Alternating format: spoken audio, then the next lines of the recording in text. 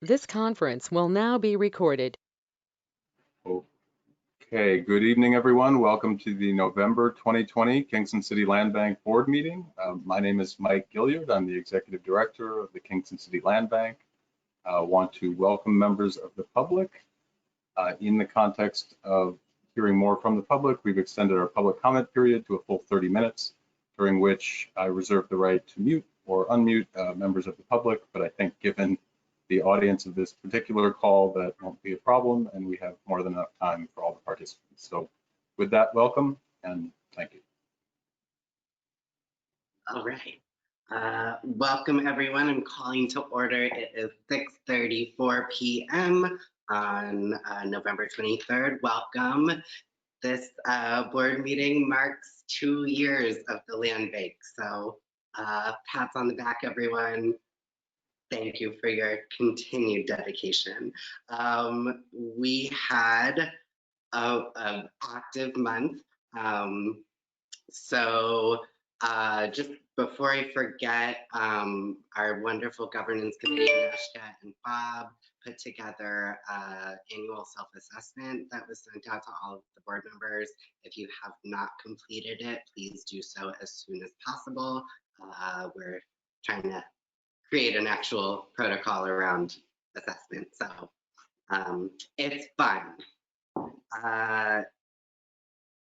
Construction has started at 174 Hasbrook, so some of you guys might know the front porch on that house was basically floating in the air, and so it is being rebuilt right now.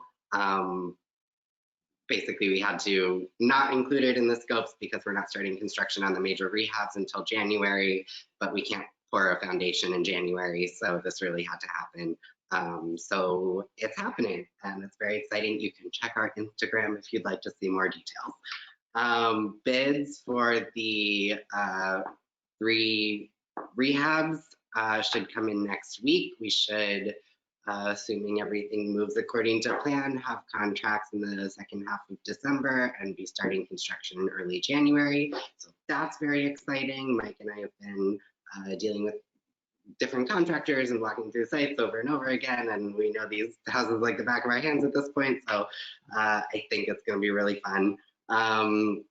We are anticipating 2 new hires this month at the land bank for a chief financial services consultant who is joining us this evening, Erica, and a construction project manager named Joanne O'Connor. You guys have their resumes in the board package, and we'll be talking about them a little bit later this evening. Aside from that, we've been in a very active conversation with Novo. We should be finalizing our grant agreement within the next, what did we say, week or 2, and should have everything kind of signed, squared away early December. So that's very exciting. We'll be moving from that into kind of a second proposal, and that will dovetail with board strategic planning process so that we kind of have a goal beyond these 5 rehabs. So that's all really good. To get to the 5, we need 2 more houses. They both have to be in Midtown, which leaves 5 options. So we are actively investigating all 5 of them. It appears that one of them, 28 Abbey Street, will need some additional work to get title insurance on, so that seems unlikely at this point, which leaves 4 options.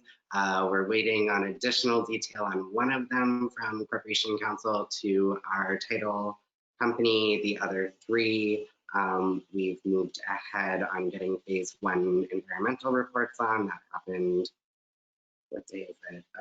Friday? Was that Friday? Was that earlier? I don't even know. COVID time.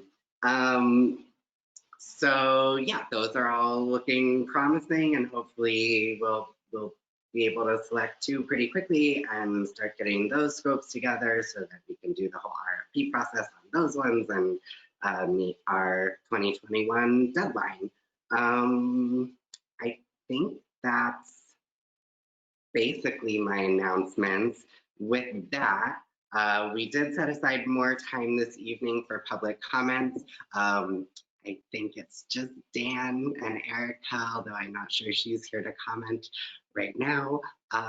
But opening it up, just to preempt, we are still trying to unstick the Rodney Street situation. There are title issues. We are still trying to get totally clear on exactly what they are, but it is problematic. So it has not fallen off the radar. It is high on our list. That is true of the Grand Street and 488 Hasworth property as well. So with that, would anybody from the public like to comment? Dan, it's on you. Hello, everyone. Dan Carey, prospective home buyer. I'd like to say, first of all, I'm kind of glad that I didn't buy this right from the city of Kingston because, you guys are doing all this work with the title and it's seems like a really pain, in the ass. And I'm glad I don't have to do it. So that's pretty sweet. You've taken all that load for me. So that's sweet. I'm glad that, things are still happening on that. And, we're basically just waiting for this house. There's no really other perspective for us to buy a house. So we're just waiting for this one, see if it works out. That's what that house. I don't really have anything else to say except for some oddball perspective on a citizen of Kingston. I had a situation recently where a landlord was extremely difficult, even though his tenant was perfect. They paid a year rent ahead of time. They're fixing up and doing putting $20,000 of work into this storefront and stuff. And the landlord just being ridiculous things there's a water leak from the upstairs apartment, didn't fix it. Try to make him fix it. He's no, I'll get to it. And finally fix it. And just things like that where it was he's pulling teeth with this guy. And it was everything was just supposed to be easy and legitimate, and he just got given $12,000, and he's not. So anyway, there's definitely a big problem in Kingston. Crappy tenants, but also the crappy landlords. And I was just curious that if any of these houses were able to be bought by a responsible landlord, I know a few people looking to invest and even willing to buy a house, fix it up, and then kind of commit to renting it to someone, renting it in a reasonable rate, not skyrocket the prices. Would any of these properties be within that window, or is that kind of weird if somebody bought it and was trying to make money off of it, even if it was a little bit of money, would that not be acceptable to you guys? So that's obviously a lot of hypothetical. I think it is something that we would be open to for certain properties with certain restrictions around the affordability of the units.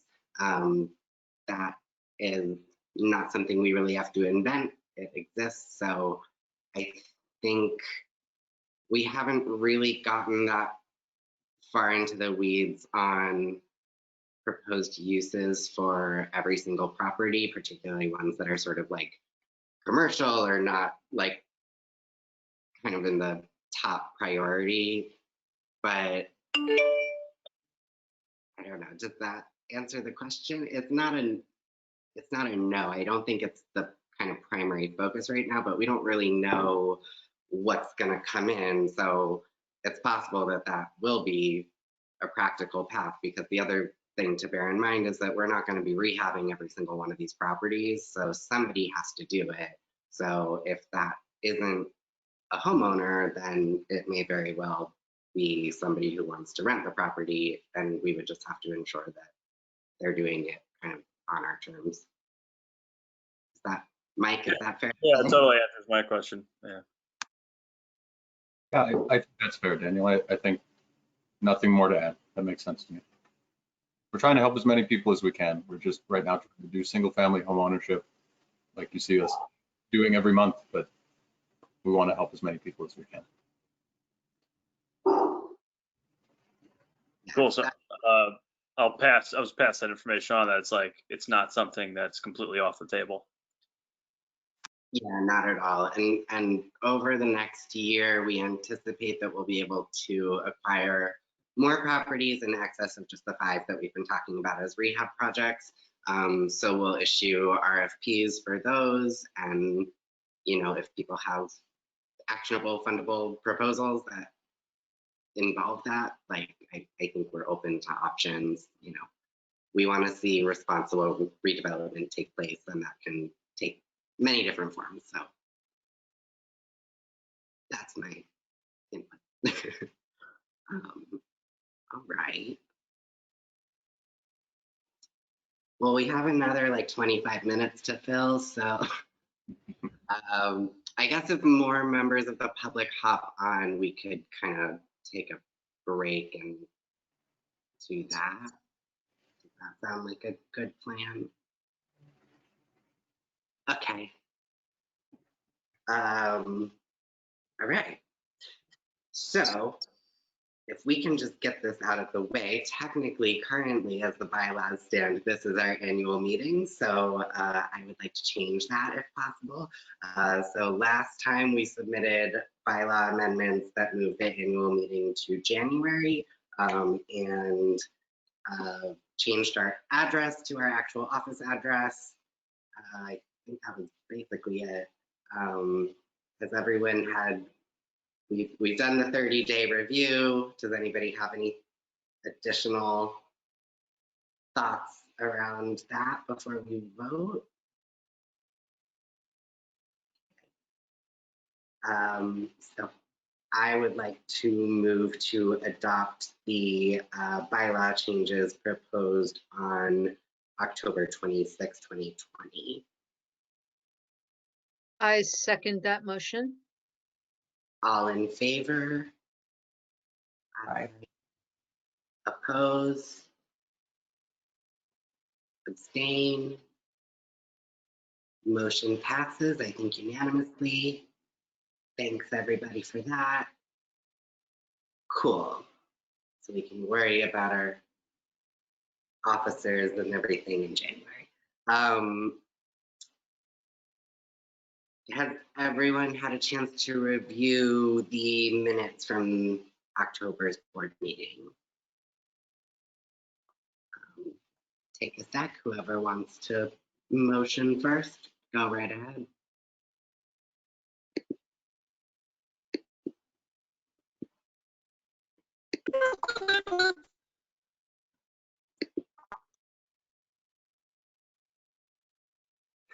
Was that a motion? I'll second the motion. All in favor? Aye. All opposed? Abstain? Motion passes. Meeting minutes adopted. All right. So I think we're going to move the agenda around a little. So Erica Lane and Owen O'Connor will work at the end on that. So Mike, do you have an executive director's report for us? I do. Thank you. Okay. Thank you, sir. Good evening, everyone. It's nice to see everyone.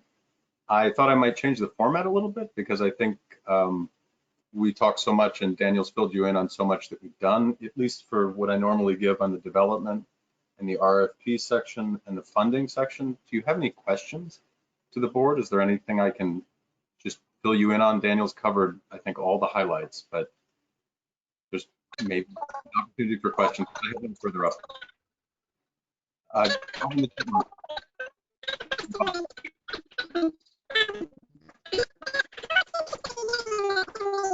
Yeah.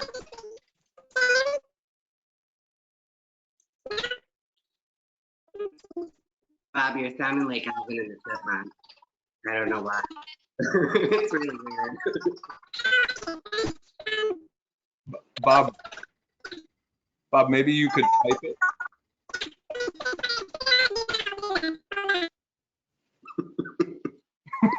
Bob, okay. You could always type it out, Bob, if you wanted to, and I could see it in the chat and respond.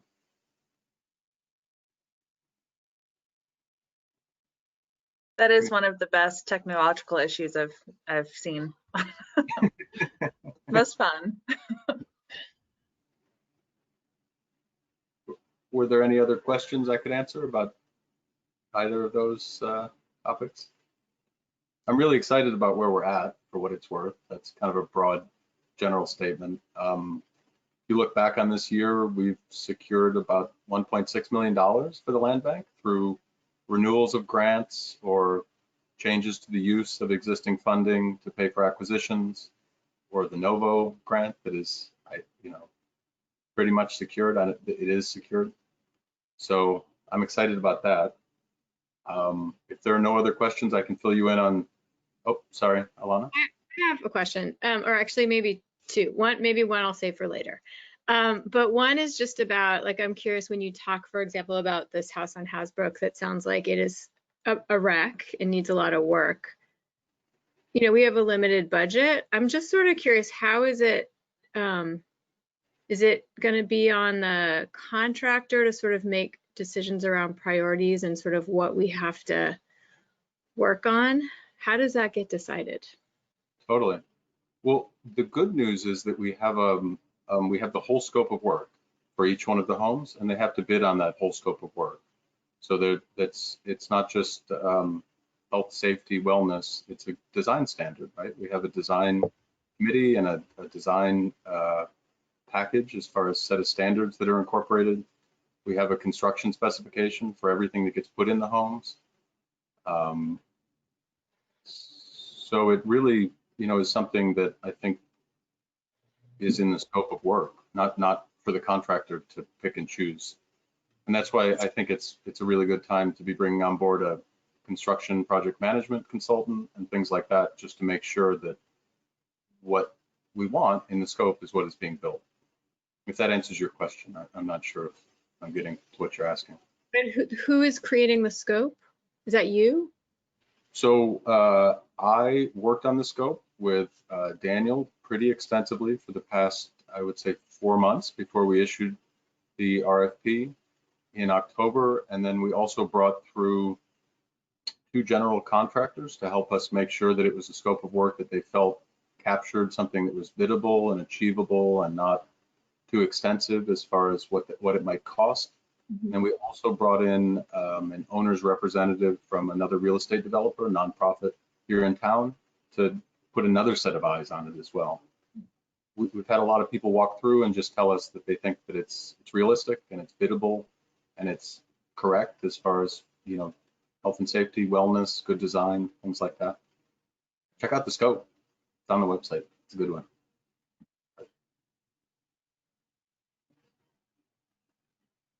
Cool. Yeah, I guess I would just add that there's not a ton of mystery around what the houses need. It's like, if the windows are broken, it needs new windows.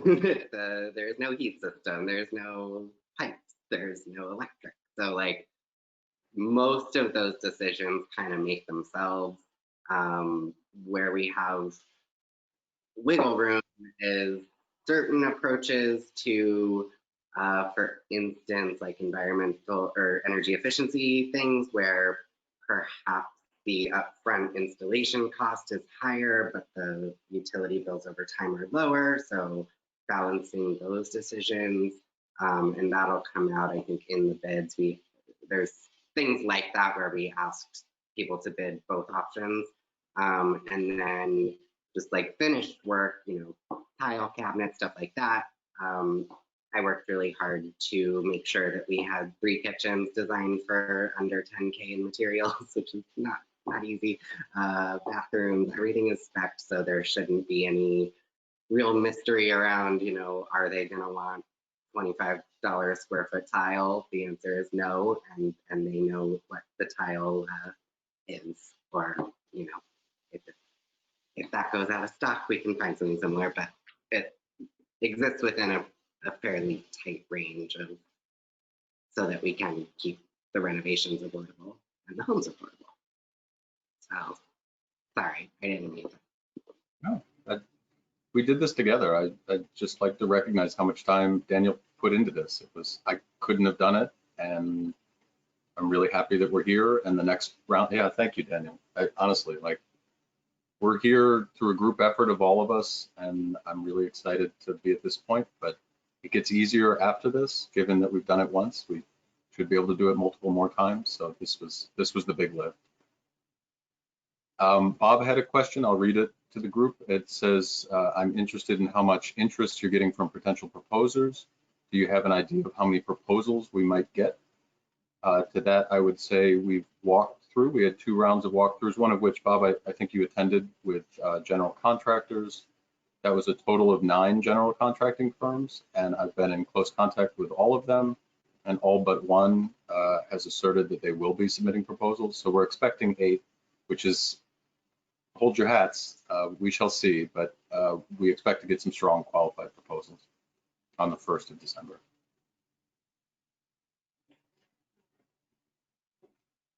All right, quick updates on the county. There are no updates on the county. I continue to have biweekly calls just to keep in touch and keep the lines of communication open, but we've canceled our call for this week just due to the holiday. So we'll touch base again in 2 weeks. And then in the other section, I would just like to say it's a very minor thing, but guys, we got our first unrestricted donation through the PayPal page. We did. It's happening. It's happening in large part due to the efforts on social media that I don't want to steal Bartek's thunder in any way, shape, or form. I just wanted to highlight from my own limited perspective, I think that's a really good thing. And it means that people are responding to what we're doing. So I think that's great. And then I just had one, excuse me, kind of housekeeping thing. You may notice that Caitlin Armstrong, unfortunately, is not on this call. She's taking a vacation day today. But going forward, many, if not all of our committee meetings are held on Thursdays and Fridays. So I will be sending out new invites from the GoToMeeting account that I've set up for those meetings. I'll be asking that you just ignore or delete the prior ones, and I'll just be setting that up over the next week or 2. So that was just a little housekeeping, and if there are no other questions, that's it for me. Thanks. Thank you. Committee reports. Is this a different order? I guess it's finance and audit. Omari, tell us the good word. Hello. So I think you all received the finance report from Mandy.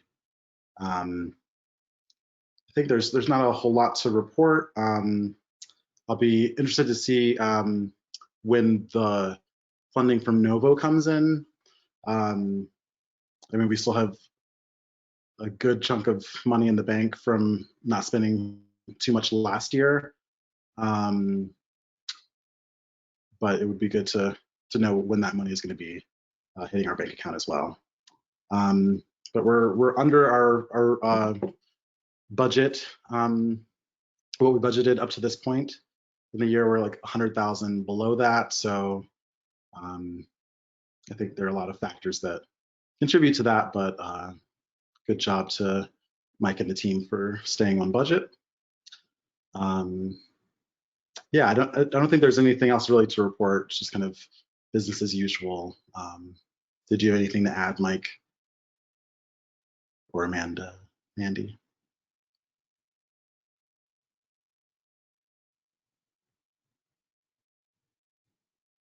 Okay. No. Any questions? Anyone have any questions? Mike, correct me if I'm wrong, but I think the Novo proposal is quarterly installments that coincide with some reporting requirements from us. Is That was what it was until this morning. It's now 3 times a year, but starting next month. Yeah. So did we get a letter from them confirming the funding for this year, or is that, how is that going to happen? The funding, the project that they are funding is called the KCLB Novo Pilot, which is the funding for the pilot for the 5 homes. So yes, we don't have a finalized grant agreement, but we have a finalized proposal that's been extensively negotiated and a budget that's been agreed upon. So we're close. But the material details are set. Okay, great. I have a question. Are those funds from Novo coming in on a reimbursement basis, or are they advancing funds? It's a great question. It remains to be seen exactly where that lands, but I believe they will come in on an anticipated basis, just like the enterprise grant.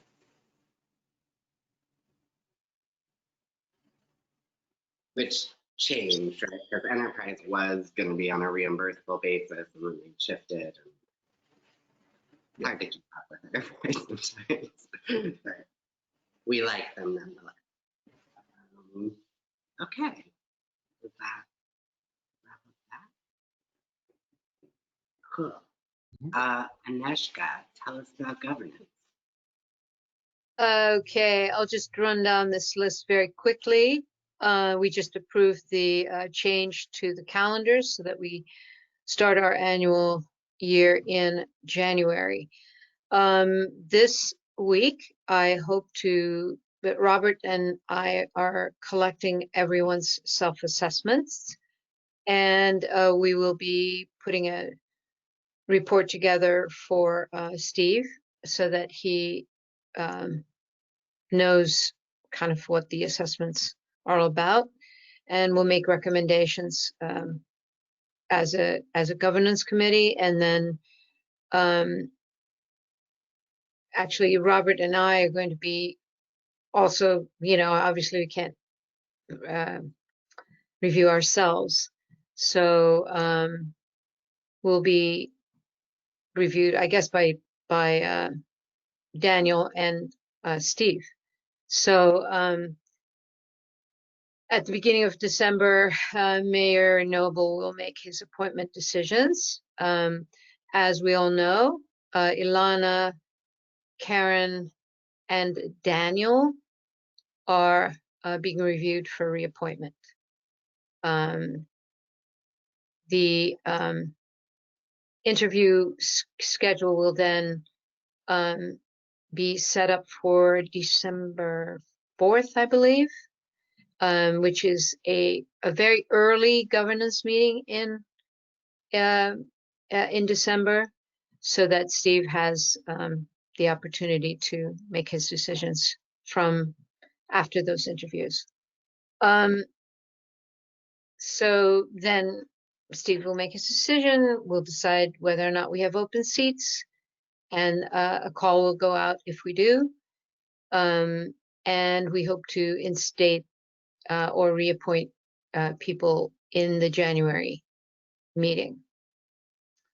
An additional casual 6-month evaluation has been added in June, where the chair of the board and the executive director will speak with board directors about their performance and whether or not they are meeting their own and the board's expectations. So that's just an informal discussion. And it kind of falls in line with the evaluation by the city of employees as well.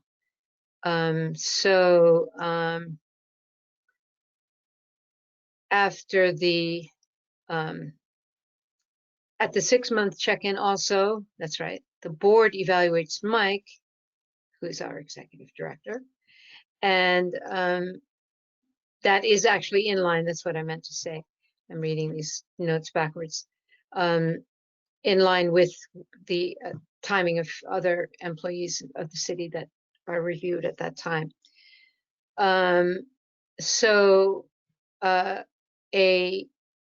I guess an executive director job description or work program will also be created, and in that are going to be the vision and goals for 2021. So be looking out for that. Did I skip anything, Daniel, Steve, and Mike, that we might have discussed? think that was kind of generally the gist of the meeting. Oh, Robert, do you have anything to add? Robert, sounds like you swallowed some helium. I don't know how to remedy your helium problem. So that's it for me and from the governance committee. Thank you. Motion to have Bob take over the meeting, but only a few things. Acquisition, disposition, we had a meeting primarily about the enforcement mechanisms that we're proposing using for the 5-home pilot. So as you guys may be aware, that stuff can take a lot of different forms. So we've sort of honed in on 3 major strategies. The first being an enforcement mortgage that is 30 years in length and requires that the home be sold at an affordable level for that 30 years. It can be renewed toward the end of that period. That process still needs to be kind of thought through, like quite how you incentivize it, because some of the mechanisms that would traditionally be used don't really apply to us. But we believe that that is enforceable. It runs concurrently to a regular 30-year mortgage. So that's kind of thing 1. Thing 2 is the primary residency requirement. We, as a committee and as a board, will talk about this. It's not set in stone yet. We have put in our grant proposal between 7 and 15 years.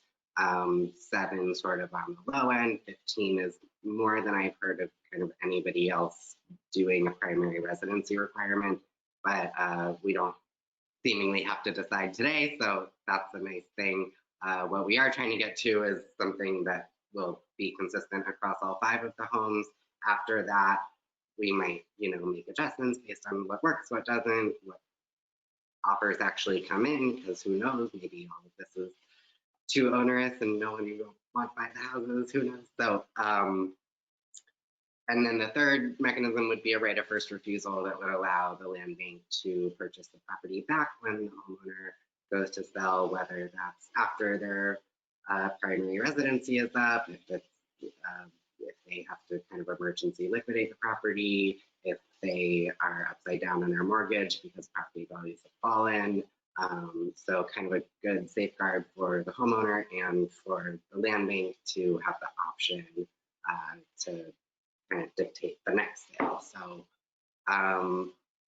we had Brian, our attorney, it was just me and Alana discussing those options and sort of what they mean and how they work, in part just to get on this grant proposal. I think we're in a good place with the grant proposal. Like they know that this is kind of an ongoing discussion and they are comfortable with that. And they have, so our enterprise agreement, we're supposed to serve families between 60 and 100% of the area median income. They actually, in that agreement, 80% of the units, so technically I guess we could do one above that. Novo has expressed that they want us to be between 60 and 80%. As we've kind of discussed here and there, below 60% tends to be sort of ill-advised for home ownership, just because it doesn't necessarily set the family up for success long-term if, taxes and maintenance costs and things like that.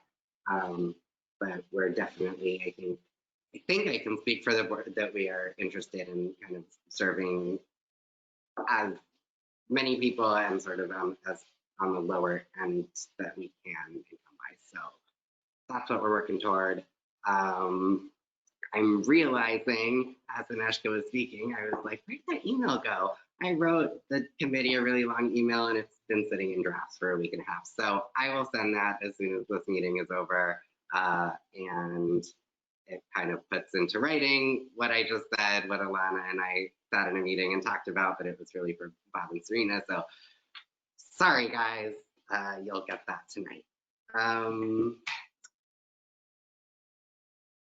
Oh, beyond that, so we're just continuing to work with the city's board council on figuring out kind of an order of events for acquiring additional properties.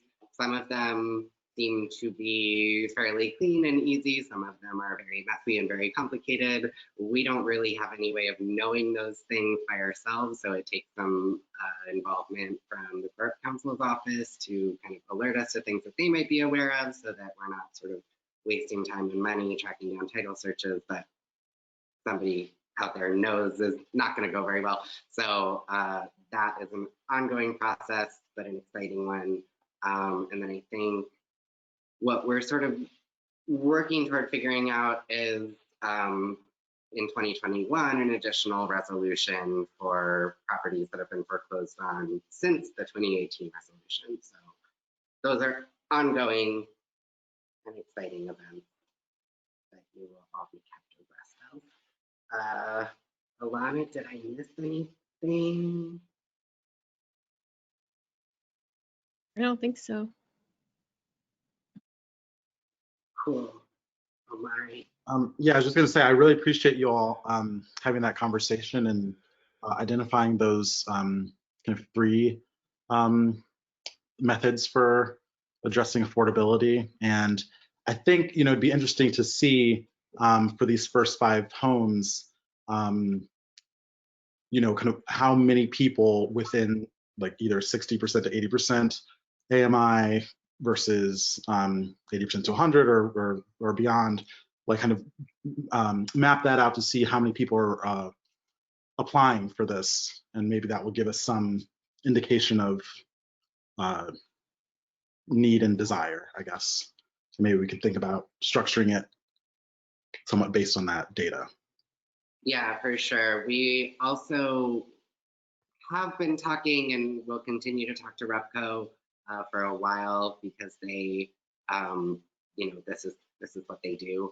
And so they have kind of their like pipeline of buyers for their first time homeowners program. So the conversation with them as it stands is that basically they would be willing to work with those applicants to identify who would also be interested in a land bank home, because our requirements and things will be different than theirs, and that they might be able to help us both like pre-qualify the buyers, also like help put them up with financial products that they've already worked with banks to cover closing costs and low interest mortgages and things like that.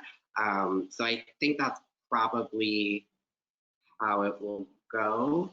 And they'll be able to bring buyers to us. The other thing that makes our program a little bit weird is that normally you would kind of set the sale price of the home and then figure out what AMI level that satisfies. We're sort of doing that a little bit backwards, which is fine, but just makes our process a little abnormal. I don't know if that answered any of the questions. Sorry, I was going to say, it'll be interesting to see how our process kind of mirrors theirs, or like what is different. Because I'm wondering, like, are there some people who are turned off by anything, any part of their process? Like, I'd love to get some feedback from, either folks who have gone through their process, or just folks who are like looking and who have chosen not to pursue something through Repco. So I feel like I've heard anecdotally about a lot of people who felt like it was a little cumbersome, or they didn't, it didn't fit for them in some way. So I think we're definitely interested in hearing that. Mike and I have been trying to set a meeting with a neighbor of mine who bought a home through the first time homeowners program 8 years ago, and definitely have some insight on their experience and how that went for them. So, but yeah, if anybody knows people, I think the more information we can get, the better. And I'm certainly curious with, if there's room for improvement that we don't have to learn the hard way, that would be great.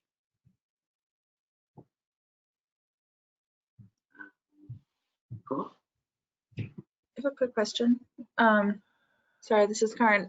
Is there a point at which, if RUPCO is going to be the agent that, through which a lot of this ends up happening, that the land bank starts informing the public if they're interested in buying a home with the land bank? They may want to get started on the homeowner education process with RUPCO, because it's not a quick process, right? If I recall, it's at least like 6 months or something, right, of putting money aside and that kind of thing. So just to sort of prep people.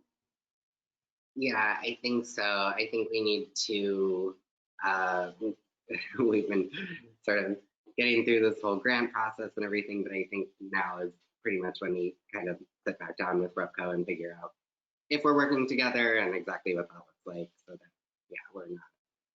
I don't want to go down a road of like people applying through some process that we've created only to sort of abandon that and go with something that already exists. And yeah. Mike, does that sound right? Yes.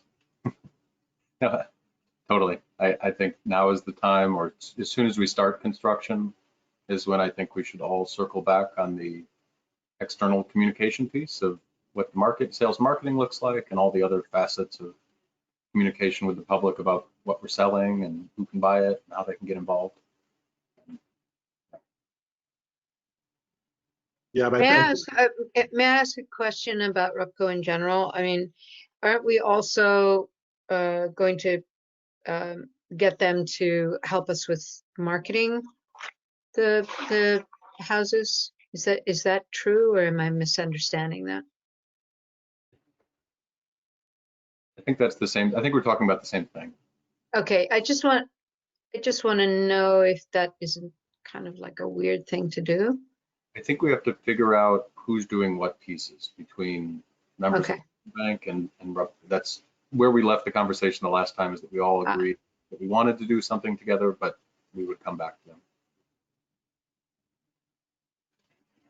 Yeah, I think my basic understanding of this dynamic is that, they have a lot of buyers, but an inventory problem, and we sort of haven't done the whole buyer pre-qualification, all of that stuff before, and we may not necessarily have the capacity on our staff to, limited staff to really do all of that. We don't have anyone that's HUD 202 certified. I learned that from Mike and how I like to say it, so I sound smart. So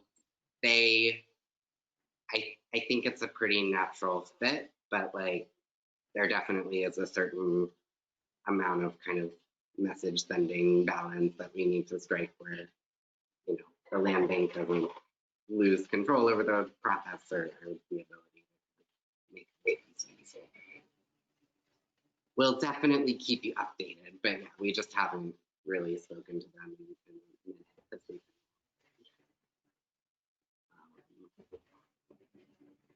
Yeah. I guess though, just to kind of circle back to what Karen was saying, I think what you're referring to, Karen, is the to get a closing costs, I believe, or maybe a down payment and closing costs through that program at RUPCO. You have to be saving money for like 10 months or something to that effect. So I'm wondering, like, for folks who will need that kind of support, it would be good to have like some options mapped out for them that we could share on the website and say, like, especially if the houses will be ready, these first few houses will be ready in June, July, August, whenever, for folks to be able to get oriented around that process now would be helpful. So I'm wondering, is there, like, what are the next steps around that? Like, how are we gonna gather that information and get it on the website? Well, I think first we circle back with RUPCO, but I think Mike might have more ideas than I do. Oh, I was going to basically say the same thing. We just have to reach back out to folks, I think, really get into the details of what we will be selling and how much it will cost. You know, before you put anything out there for sale, you have to know how much you're selling it for and settle that. And that's really based on getting into the details with some of the assumptions for the underwriting, you know, just all the mechanics of like, how do we get to those numbers? And then when we get to those numbers, then we can put the pricing out there. Before we put any pricing out there, we would have settled who's doing what on the sales and marketing piece and the homeownership counseling piece and the mortgage training piece. And that needs to start happening soon.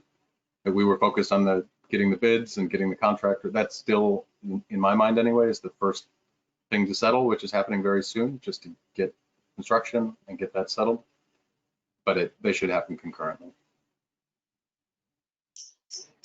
So Yeah. just if you totally just said this and I missed it, and then I'm just restating, so whoever's taking notes can really have it clearly twice. But because once the houses are ready to go, given the long amount of time it has taken to get here for a variety of reasons, and we're super excited where we are, I can see that there's going to be a push to move it fairly quickly.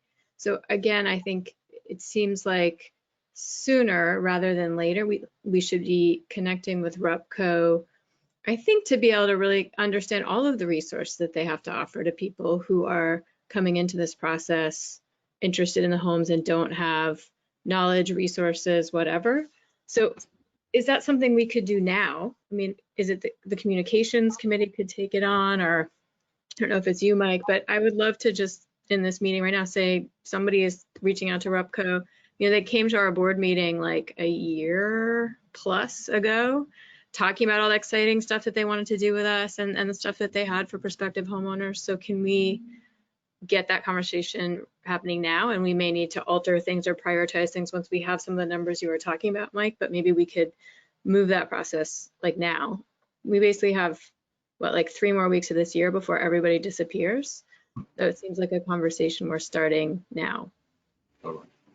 Yeah, I think we'll email them this week and try to set something up. I think it probably should start with Mike and I, but you know, the conversation's already started. We've had emails back and forth and things. So like, this is definitely on their radar. I don't think their story has changed. I mean, the earlier conversations were a little bit more focused on the redevelopment side, just because that was like kind of the coming up priority, but we have talked about all of this with them, and that part they seemed particularly excited about. So I think, yes, we will set a meeting and get that underway, because I agree. I think if that ends up being how it's working, at least for these 5 homes, like I definitely want to put out there that like, if you are interested, you should start going through the first time homeowners process with them. I wonder if we, just because I know, Daniel, it basically seems like your full-time job, you're doing a ton, maybe we could have at least one other board member included on that email, and maybe it's someone on the communications committee, because it seems like there's 2 purposes of connecting with RUPCO. One is this sort of like all the possible assistance we can provide to potential homeowners, but the other is how do they help us do the marketing and spread the information about, you know, resources and homes. So I wonder if we might want to have another board member participate in that discussion. That's fine with me. That'd be great. Yeah. Anybody? I was thinking communications in particular, but I mean, I would do it if somebody else didn't want to, but I'd be totally thrilled if somebody else wanted to also. Well, anybody can email or text or call at any time. I don't want to put anyone on the spot, but yeah, like I don't want to sort of overwhelm them, but I think 3 people is reasonable, and yeah. You know, I actually know some people going through the first time home buyers process, and it's very painful for them. Needless to say, I have a personal connection to it. So I'll be in on the call. Very interested in personally in how this sort of unfolds. Or on the, please include me on the emails. I'm very interested. Cool. Good suggestion, Alana. Thank you. All right. Communication.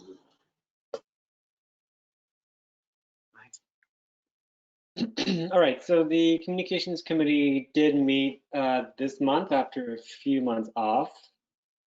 Primarily, we discussed the recent release by Alderwoman Hirsch and whether or not we should respond.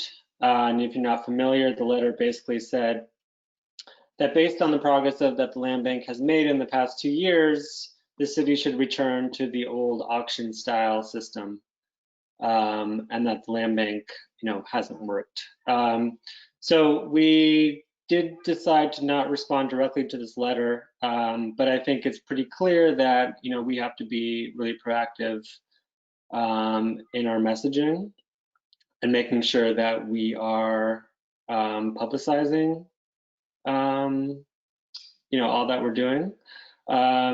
So we decided to do a few things. So first, as of a few days ago, there's a letter from Mike on the website, and the letter, if you haven't seen it, lists all of the accomplishments from this year.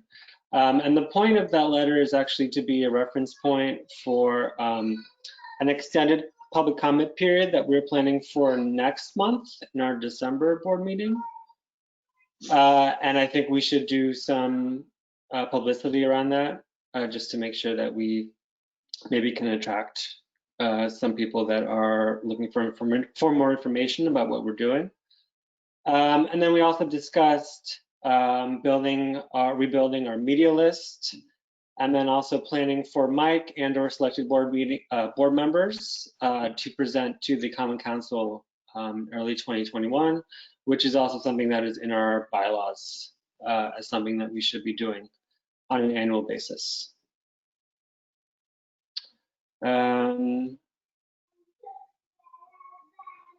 Those are the main things that we discussed. I don't know if anyone else has anything to add from the comp side.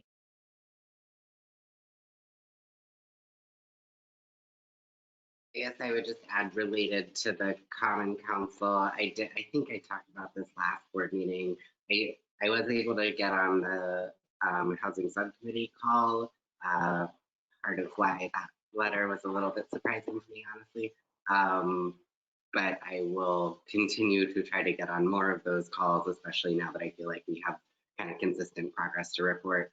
I think we all can take a step back and kind of understand why people have questions about what we've been up to so far, but I think it will start to be very clear over the next couple months. So yeah, I definitely want to make sure that we're getting out in front of the Common Council enough that they're familiar with what we're doing, that there aren't questions around, who these houses are meant for, any of the stuff that's kind of been out there that hasn't been super accurate. So yeah, I mean, it seemed from the letter that, as if nothing had happened. So I think it's just a reminder about how proactive we need to be in our messaging. I agree. I know that Novo spoke to Michelle, I believe. I think it's just a matter of kind of, better message sending and education around what we're actually up to. I think, to be fair, I'll remind you guys that we wanted to do a lot more explanation of all of this stuff in September, October, and then we decided not to because the timing was not right. So I think everything is unfolding the way it should be, but we need to now actually come out with a press package for where we are now and kind of blow our own horn, right? That's actually what the Communications Committee can be doing over the next month. Yeah, I mean, I think thinking back to like September, like we didn't know if we were going to have a grant agreement. And so we couldn't really say with confidence to anybody that, oh yeah, we're still going to buy 36 properties. Like now I think we can say that. That's really exciting. So I'm super excited to start really getting it out there. And hopefully the negative press has like primed the pump, and now there'll be more interest when we have good proactive things to say. We've just become the sexy controversial topic, and so more people will pay attention. All media is good media. To quote a very evil man. Now we don't get political. Okay. He's in jail now, so we don't have to worry about it. There you go. Fundraising. Our newest and greatest committee. Karen. Newest and greatest. Yeah, hi, this is Karen. So the fundraising committee met 3 times in November, 2 meetings with myself and Aneshka to review sort of general fundraising practices and how to apply those to land bank work. And then we met at the end of last week with Danielle and Mike, just sort of to try and, you know, we're so early on, and we just really want to make sure from the very beginning that fundraising is aligned with the land bank's needs, both short and long term, and you know, that the direction of the fundraising committee actions are in alignment with what the land bank needs. So some initial threads, and you know, we're very open if anyone wants to send us any thoughts or responses to any of these initial threads, but this is sort of what we're thinking at this point.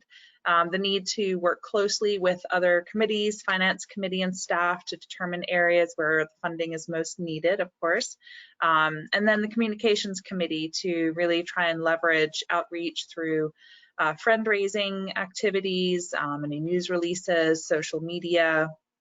Mike had some sort of saw some exciting correlations between social media activity and then visitations to the website. And so all of that can really ultimately feed into fundraising.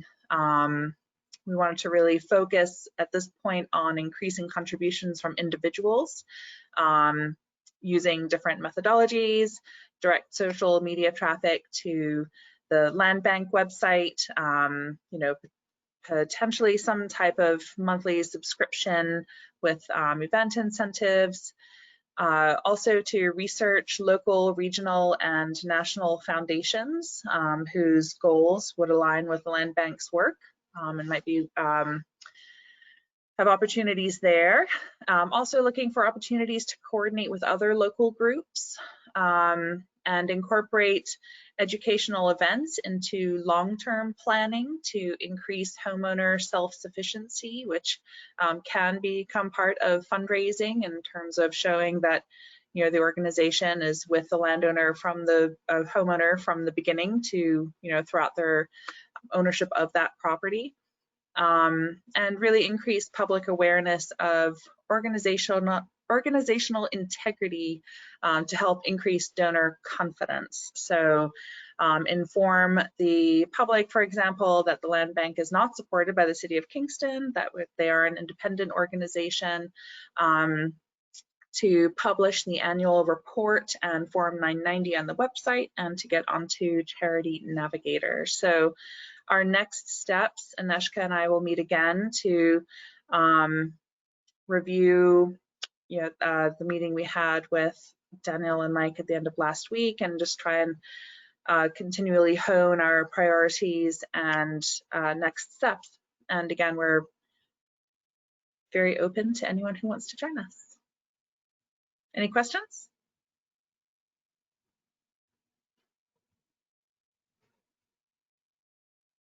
Great. I would just add that the fundraising committee has 2 members. It can have up to 4. So if anybody wants to take on another committee, just let us know. The silence bodes well. Okay, so I think with that, I want to be very clear about this. Everybody's going to help us. yeah, All the directors of, it's not actually just the fundraising committee. What we want to do is really be integrating with every single committee that the land bank has, right? It's a multifaceted effort. Just want to be clear. yeah, definitely. I think I don't know why I need to say it again. All of the things will coordinate around fundraising too. So with that, we have a couple of hiring discussions. So I think I'm going to move to go into executive session, which means that Dan will miss you, but thank you for joining us. Oh, sorry, wrong thing. I was wondering if I could eat in a little bit more of that 30 minutes from public comment. Do it. Is that cool? All right, cool. First of all, love that there's like a second opportunity to talk, because like in the beginning of these meetings, I have, a few questions from remembering from last month, but then like, at the end of these meetings is really when I have all sorts of comments and questions and concerns. I'm sure most people would be the same. So thank you for the opportunity to talk again. First of all, as someone who went through the RUBCO process, I would just like to say my perspective on it. I really liked it. I didn't end up going through the full 10-month program, but I'd started it. I took the first-time home buyers course, and I did all sorts of meetings and stuff like that with them. And my big takeaway from it was just that they're trying to ensure that people are not going to fail. They want 100% success rate is what they told me, and I believed it. I mean, they at the course that they had, it was like just like a 1-2 day thing, but it was very eye-opening, just of like, okay, you're going to own a house, like this is for a long time, and there's a huge commitment here.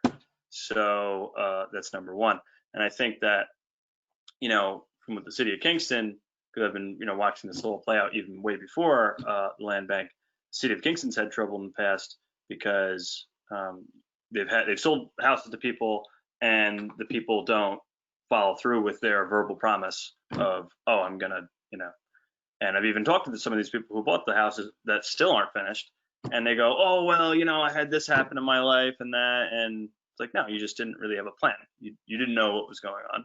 And it would have been nice if the city of Kingston had the ability to like help them, and that's kind of where you guys step in, or say like, hey, I want to make sure you're not going to fail when you get this house.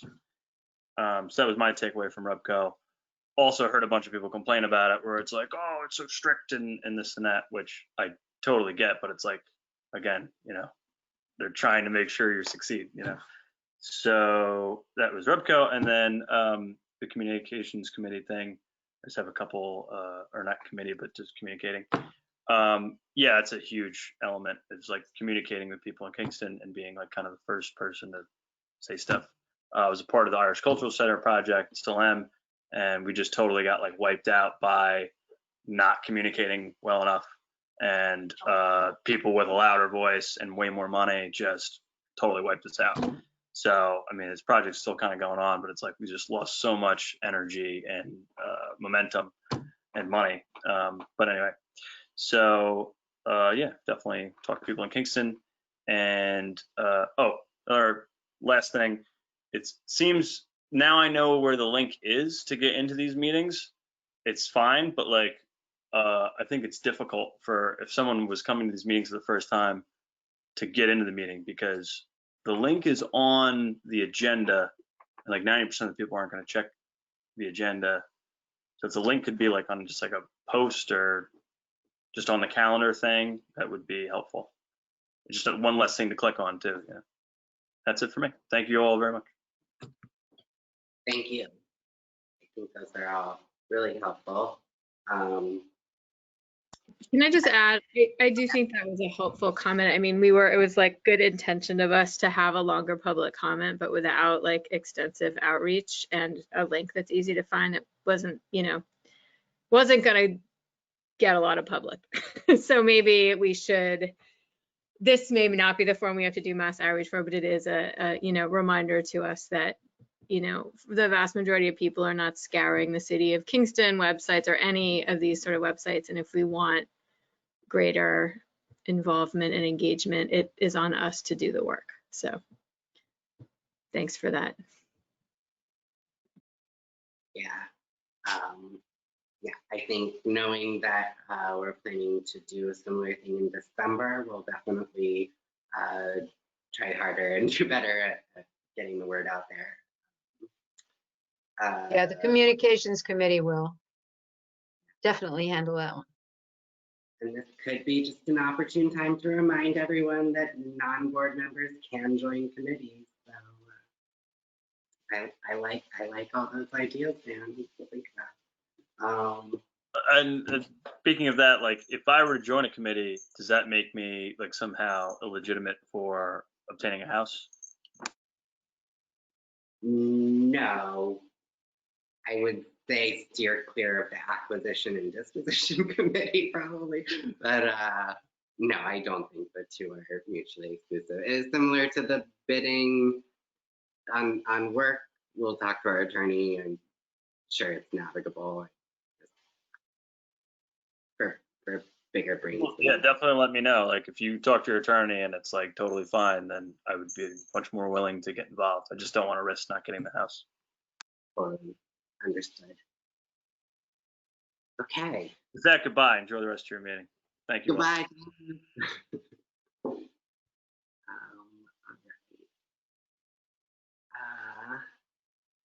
So I would like to move to go into executive session. I'll second that. All in favor? Aye. Opposed? Abstain? Motion passes. We are going into executive session. Erica, I think you're welcome to stay. We may kick you off, but I definitely want people to be able to ask questions if you're open to that. Okay, so we are discussing two new part-time staff roles. One is the financial services consultant. Sorry, I screwed that up. Chief Financial Services Consultant and the construction project manager. Since Erica has blessed us with her time, I think we should talk about her first. So her resume is in the board package. I met Erica over the phone a month or two ago, and I think she's absolutely wonderful. And so I guess the officers have already spoken with Erica. We are recommending that the board approve her. Sorry, Hey, Steve. Dan, before you keep going, hey, Mike, can you turn off the recording? Oh, that's fine.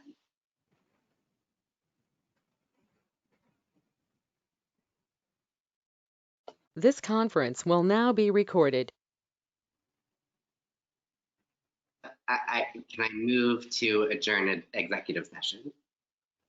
Second, All in favor of adjourning executive session? Opposed? Abstain? Motion passes. We are back in our public meeting. Mike, do you want to text Erica? I will. Yeah, Okay. I'll handle all the paperwork stuff, all that stuff. Okay. Well, shall I move to award the construction project manager contract to Owen O'Connor?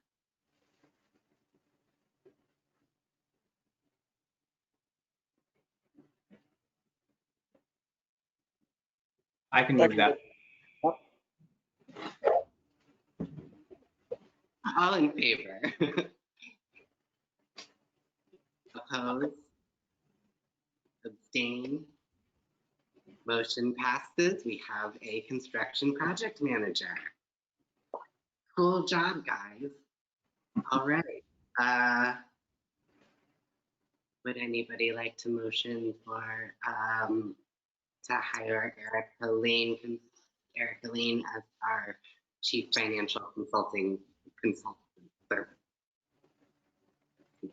I'll motion to hire Erica. I second. All in favor of hiring Erica Lane? Aye. Oppose? Abstain? Omari is abstaining for the record. No, I wasn't abstaining. Oh, sorry. I think I was frozen. All right, motion passes unanimously, I think. Cool. Look at us. We have staff. All right. I think that is everything. Anybody have any new business to announce? It's going to be a very. May I make some old business, an old business announcement? Can everyone please send us Robert and I, the self-assessment, Robert and me, the self-assessment form? I haven't gotten it back from everyone. Is tomorrow morning okay? Yes. I'm back. Eric, I just wanted to fill you in. You have been unanimously awarded the contract. We are so excited to work with you. Thank you so much. Thank you. I'm so excited. Tons of emails and tons of questions. I'm sure will be coming from me to you guys. We can't wait. We're so stoked. Thank you guys so much. Thank you. Thank you. Mike, I will be in touch with you. Have a good night, everybody. I really appreciate it. Have a good Thank night. you so much. See you Bye. soon. Thank you. All right, I think unless there's more, I just need a motion to adjourn. I'll motion to adjourn. A second. A second. Harnman. All right, all in favor? Aye. Aye. Opposed? Abstain? Meeting is adjourned. Thank you so much, everybody. Good night. Just staying Thank you, in Daniel. Cheers. Bye. Appreciate all you. Have a good night. Night. Bye-bye, everyone. Good night. Good night.